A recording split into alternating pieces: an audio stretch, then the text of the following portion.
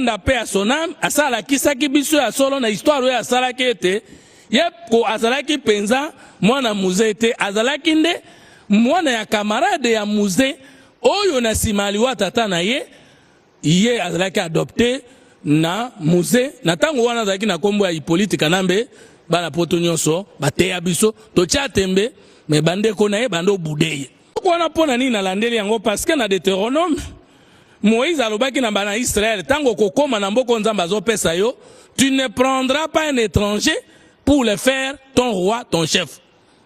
Il est impossible moto za makila na yo te ayokela yo mawa soki la congolais tote ala tso minduki oboma Congo bongo nzamba kotika sans punition aliboso mais to retenir ni na bana bazolanda c'est pourquoi on a préféré mingi lingala pour na moni bouti na bana Joseph Kabila la général major oyo asazwa pouvoir na makasi na Congo 5 fois mais alinga zwa pour la 6e fois. Joseph Kabila azalaki na opposition te yoka discours na été azalaki na pouvoir te élection azalaki organisée te. Comment est-il devenu chef de l'État et président de la République au Congo? Première fois. Première fois. Musée Akoufi, Nana Bomie. Jugement mon côté, Tanga Kombo Kinolelo. Yo Koufi, moi nana qui était dans le pouvoir, procès na yo elimwe. On m'a normal. La première fois. Azui pouvoir na makasi première fois na 2001. Aouta na parti politique te, aouta na mais tango Musa Akoufi bobo sanateke. Toutes les frontières de la République démocratique du Congo étaient fermées. Il paraîtrait qu'il y a de la Lumbashi. Dernier nikaba pona ye, bafungola ki ba frontière nyonso, tia kitananjili, akoma na renyo se bandaki, mais kite zana nuka polele ya komi avandi. Wane za histoire enseignée, za histoire avec na yona ngai awa na kisasa. Tozala ki awa. Azui pouvoir na makasi. Alors, la démocratie, à mon peuple congolais, nyonso, bazoba, avec l'âge de 28 ans, ou 29 ans. Tovandi. Toké, na, San City. Kuna to décida ki biso nyonso, nouvelle ordre politique, nouveaux acteurs. Toké kuna a roulé, nantele ambongo amboka, ba politicien nyonso, à se maintenir. C'est le 1+4 là.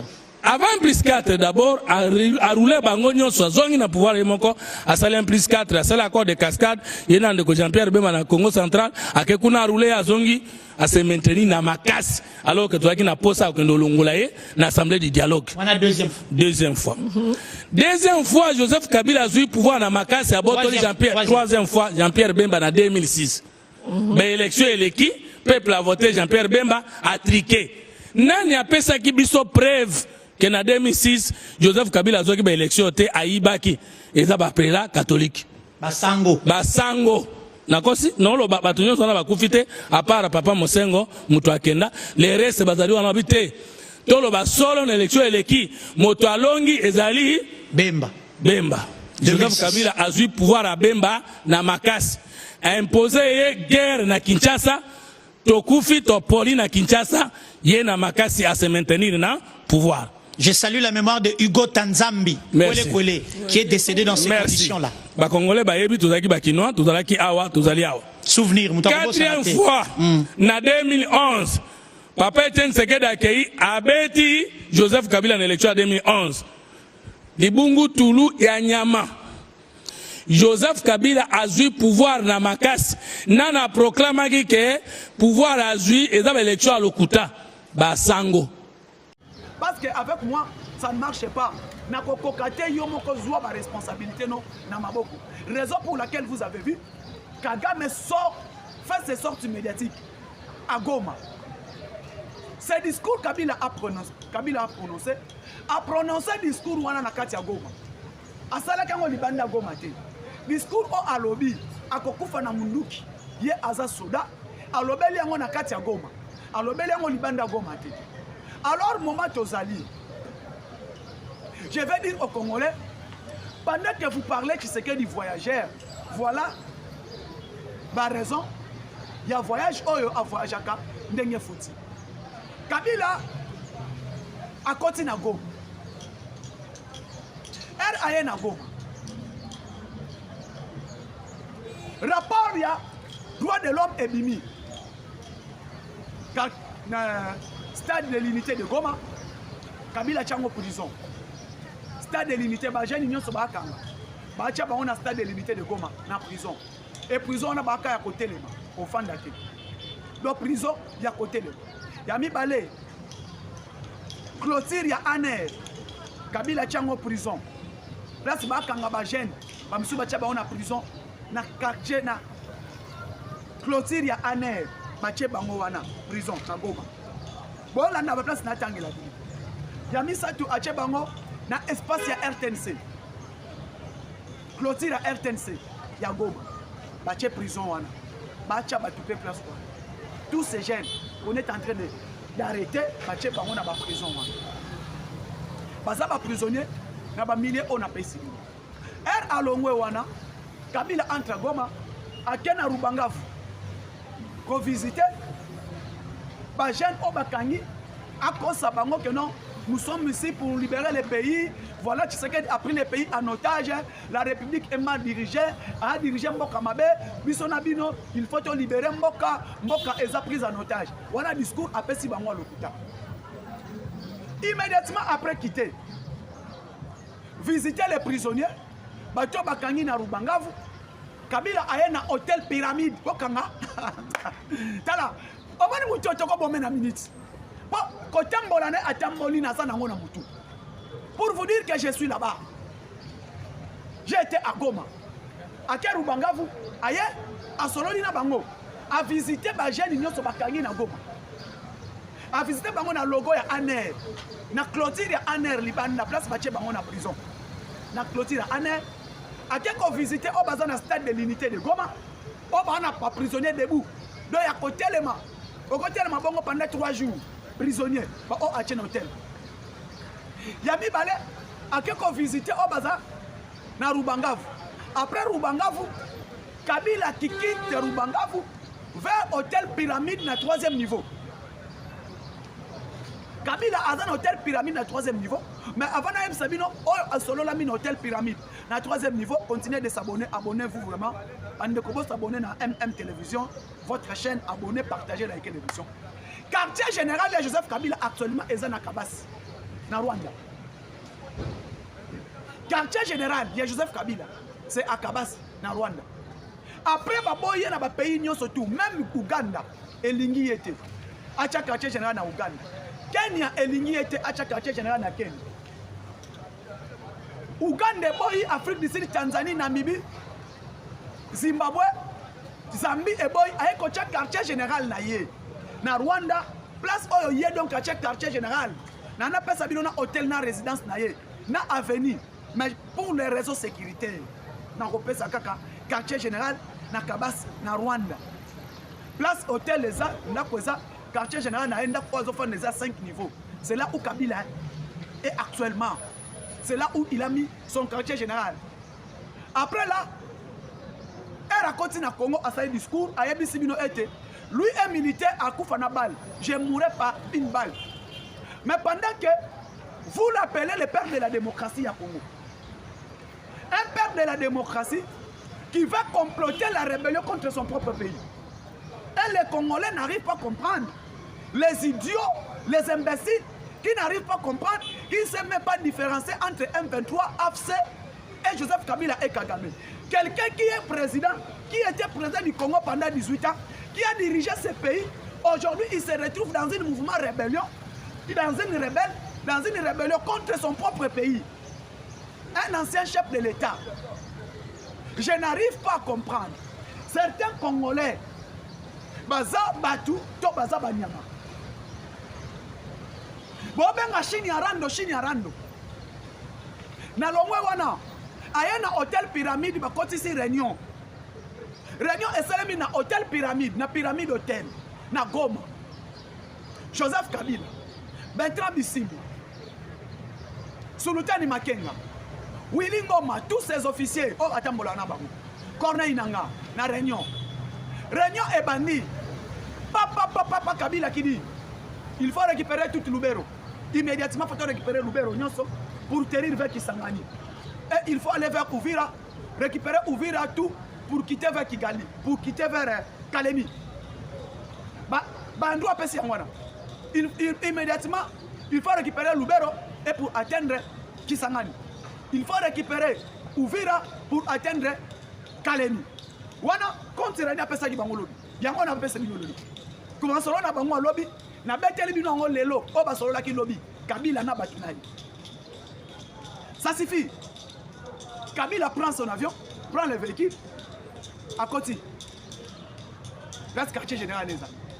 Nous avons interpellé les officiers militaires. Nous avons interpellé l'armée congolaise, les gouvernements.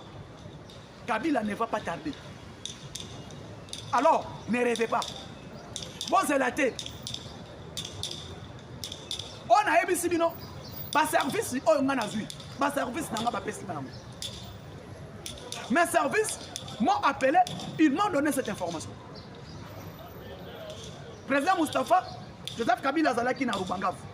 Alors moi Rubangavu, a qui visité les prisonniers au Akangaki au Bakani Pananga na Bamakenga. Alors moi wana a qui un hôtel pyramide na Goma. Na hôtel pyramide place à sali ici réunion. Et na réunion wana a MBC Bango, il faut récupérer tout Lubero. Après qu'on récupère tout Lubero, avançons nous maintenant pour atteindre Kisangani. Et du côté d'ici du Kivu, il faut récupérer Uvira pour atteindre quoi? Pour atteindre Kalemi. Parce que dès qu'ils vont prendre Uvira, ils vont descendre vers Kalemi. C'est ça que Kabila a dit. Je pense bien que Tozo Yoka. Moment aussi quand Tozali, qu'est-ce qui va arriver à Kabila? Bolandi rapport, il y a ONG des droits de l'homme. Les ONG des droits de l'homme qui disent Kabila c'est un criminel. Kabila c'est un assassin. Parce que quand on a une prison, il y a côté les mains. Les prisonniers, on a basé à côté les mains. Et ça déjà violation, il y a droit de l'homme. ONG, le mouvement, surtout il y a droit de l'homme. Telemi, il y a côté là, Oyoyo, Kabila Zosana. Et moment où Tozali, mes frères congolais de la République démocratique du Congo, mes frères quinois, qui ne comprennent pas, nous devons comprendre et élevons-nous comme un seul homme. Derrière le chef de l'État et la République démocratique du Congo. Tout revêté. Joseph Kabila a yesikoyo a zoyé des charges. Kagame, Bobani Baje Basali. Kagame a dit que pression est allée parce que Kagame a émissé. Nous avons subi pression Libanda. La communauté internationale est en pression. Pendant que tu as discuté na Doha, pendant que tu as solo na Qatar, pendant que tu as solo là, dans les États-Unis d'Amérique, l'accord entre la République démocratique du Congo et les États-Unis d'Amérique est qu'on a signé le 15 juin. Pendant que l'accord de paix encore entre le Congo et le Rwanda est qu'on a signé le 15 juin. Parce que le chef de l'État Félix Antoine Tshisekedi Tshilombo est attendu dans le salon ovale. Salon ovale, ou à la Maison Blanche dans les États-Unis d'Amérique pour signer l'accord de paix avec le Rwanda. Ça fait au moins 3 jours passés. Je vous ai parlé sortie médiatique à Paul Kagame à Lobaki Ango. Kagame à Lobiboy. Il est maintenant prêt. Il y a Kokota na Congo pour assomba minéré Oyoyo à Banakozwana Kimoyibi. Casterite, coltan, étain, lithium. Là, à propos de Kagame, est-ce que maintenant le Congo a dit non? Et maintenant Kabila, comme que lui disent, sa famille politique est comme la distraité. Famille politique qui n'est pas Bobengi perdre, parti du peuple rwandais pour la reconstruction. Et où petit à petit, Rwanda domine la RDC, c'est toujours le PPRD. Et maintenant, qu'est-ce qui se passe? Pression au Kagame Azui, à Kokate, Kagame maintenant veut céder. Il a déjà cédé. Et il appelle directement le chef direct, son capitaine, parce que lui est le chef d'état-major général. Le numéro 1, commandant suprême. Maintenant, adjoint Naye, c'est lui qui est arrivé. Bomoni a continué à Goma, Bomoni Bayambi, escorté par l'armée rwandaise. C'est comme vous comprendre que Kakate Congolais, que Kabila est le chef et le deuxième personnalité du M23. Parce que les lobes ont constat la différence. Les gens n'arrivent pas à faire la différence entre AFC et M23, y compris Kabila et Kagame. Mais quand vous voyez que Kabila entre à Goma, il est escorté par les M23, bah si honneur militaire, bah il est tapis rouge, bah M23, il est qui? Vous êtes des... Et ça bah il est Tony, et qui nous quitte Tony. parce que vous comprendre que Bayambia na Goma. Goma on est dirigé par qui? Par les M23. M23 on a bakoti na Goma bakuta na Kabila. Ba solo li. Kabila sali réunion on sali na hôtel Pyramide. Yoka résumé ya réunion oyo. Na linga ki na kota armée. Na solo li na ba officier armée. Bon pesanga ta communication na kota na armée na défendre mo. Babisinga Moustapha 50 ans AGK. 50 ans moyo sala armée zaki. Na kanaki komiti kanabi lokola bolobi eteke no. Age na nge pousse na sala armée te. Bon changa na diriger communication et puisque communication pamba. On a défendre mo kanangai. Ba konza armée balobi Moustapha tu es déjà grand 50 ans. Quoi encore faire dans l'armée? Raison pour laquelle est invité. Réunion et salami na hôtel Pyramide. Résumé nango. Makenga, Bertrand Bisimwa, Corneille Nanga, James Kabarebe, Ozui Nani, l'ancien bourgmestre à Gom, l'ancien maire de la ville à Gom, Bango Tubasangani. Kabila Ebisi Bango, on doit avancer vers pour atteindre qui ça? Lubero, tout Lubero, et puis Lubero nous descendons vers Kisangani, du côté du Sud Kivu. On va avancer pour récupérer Ouvira pour atteindre Kalemi. Voilà, Ranyo Yalobi. Na hôtel Pyramide wapi na Goma. Ranyo Salemi. Papa, Makenga Tomboli Moussapi. Alobi, excellence. Pour le moment, l'instruction qui a été donnée, on ne doit pas avancer. Donc avancer, c'est les instructions qui ont été données. Na masolo to solo là moi et toi avancer ça tête au souka to se limiter à Kabila lobi non on a changé les réunion mususu on a makenga lobi to koko avancer tête au souka to c'est la résultat et ba résolution nyoso albi pas question Kabila maintenant qui dit ceci na réunion avançons nous récupérer Lubero avançons récupérer Ouvira vers Kisa vers Kalemi récupérons tout Lubero vers Kisangani. Et si alors je suis en contact. Kabila Obino Bobenga Chini Arando, l'ancien président Obino Bobenga père de la démocratie. Alors je suis en contact direct avec le président Sassou Nguesso. Je serai à Brazzaville, deuxième quartier général de Brazzaville. Brazzaville, nous allons marcher jusqu'à Kinshasa pour récupérer la ville de Kinshasa et attaquer les autorités congolaises tout. Personne. Et leurs communicateurs. Bon mon abisso. Réunion, Kabila tangi ba communicateur. Ce qui vient de présence Tani Bozo rêvé, Kabila a dit hier, les autorités congolaises et leurs communicateurs qui communiquent, personne ne va fuir. Alors, par contre, base, na niveau Brazza. Nous sommes les mourants. El Kabila a évoqué Yango. Azo qu'on négocie dans Sassou. Et pendant que ba pays tout ya Sadek, personne est Yambi Kabila. Ba pays tout ya EAC, pays mon côté Yambi Kabila, sauf pas na bango na Rwanda. Et au moment où je vous parle, Kabila, quartier général Nabino, na yé na pesi bino. Je vous ai cité le quartier général ya Kagame, ya Kabila place Cézali. Alors, toi soutenir, là, toi soutenir, sous-chef de l'État, toi continuer à travailler dans la vision de Mokonzamboka. Bisognon surtout derrière le commandant suprême. Alors, au moment où tu es allé, et là, comment on a fait la président à niveau déranger, s'il vous plaît. Et là, on a fait derrière Mokonzamboka, tu soutenir Mokonzamboka, Félix Antoine Tshisekedi Tshilombo. Gabriel Chitende, les miniers. Mouto Asimbi Lualaba, Mouto Zotonga Lualaba, n'a pas si mon kouloutou nangaï, mon père, mon grand frère, Gabriel Chitende, Lualaba ne tombera jamais. Gabriel Chitende, Lualaba, les miniers, il n'y a rien à dire.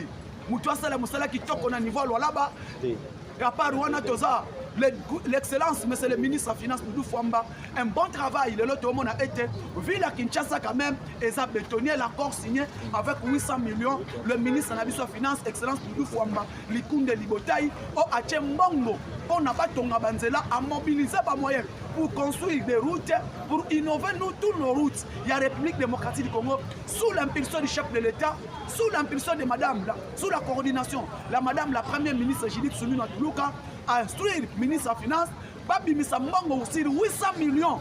Batonga Barout Nyonso à Congo. Et le chef de l'État a réservé 150 millions pour la ville de Kinshasa Bomoni, descendre sur le terrain. Le gouverneur Daniel Bumba Lubaki, avec le ministre des Finances, le directeur général de OVD, ensemble avec le ministre d'État des infrastructures, pour visiter tous les chantiers et construire 150 km et qui est niveau à ville à Kinshasa. Vraiment, merci beaucoup, na excellence Daniel Bumba Likunde Libotaï. Le Pakebo, merci beaucoup na gouverneur à ville de Kinshasa par rapport à Moussala Oyo. Tout le monde a vraiment élanga Oyo. Kinshasa est à la bétonner, Kinshasa est au bonga. Slogan Kinshasa Nabiso est au bonga. Tout le monde a